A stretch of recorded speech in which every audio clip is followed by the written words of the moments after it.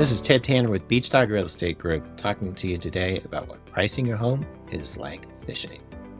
Did you know that pricing your home is like fishing? Yes, it's true. If you can imagine sitting in a boat and the price of your home, well, that's like the bait. And depending on how we price the home, that's going to determine whether there's a lot of fish down here or just one single little fish that's interested in your home. So let's talk about this. If you price your home correctly, you're going to consider what the market's doing. Right? There's market pricing. And if you price your home at market pricing, you can have a fair number of fish that are looking at your home. You can have a fair number of buyers that are looking at your home. Now, you might say, well, I've got a really special home. I'm going to price it high. It's what I call premium pricing. You're looking for that unicorn buyer, that one fish that's going to bite. Okay, but they're pretty weary of your price. It's too high.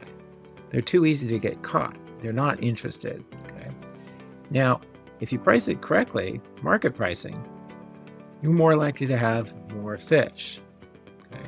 Now, depending on your situation, you may choose to even say, I'm going to do bargain pricing. There's a lot of fish down here that are looking for bargain pricing. There's a lot of buyers that are looking for bargain pricing. So what factors determine whether you're talking about premium, market, or bargain pricing?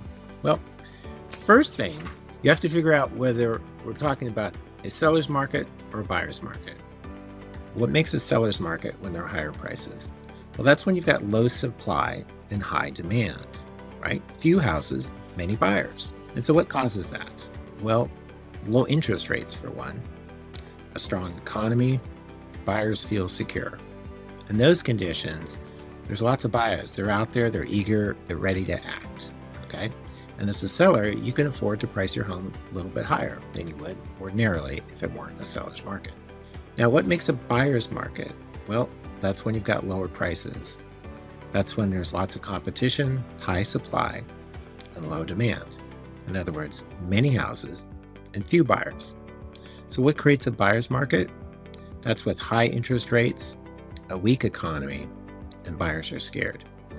In those conditions, you can't afford to overprice your home because there's fewer buyers out there, right? And if you need to sell your home, you got to price it correctly, right? You've got to price it at market or slightly below.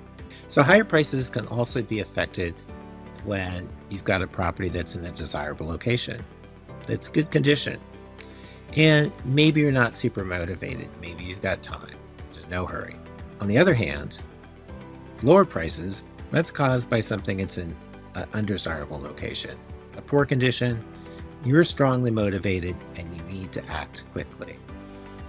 This is Ted Tanner with Beachdog Real Estate Group, talking to you today about why pricing your home is like fishing.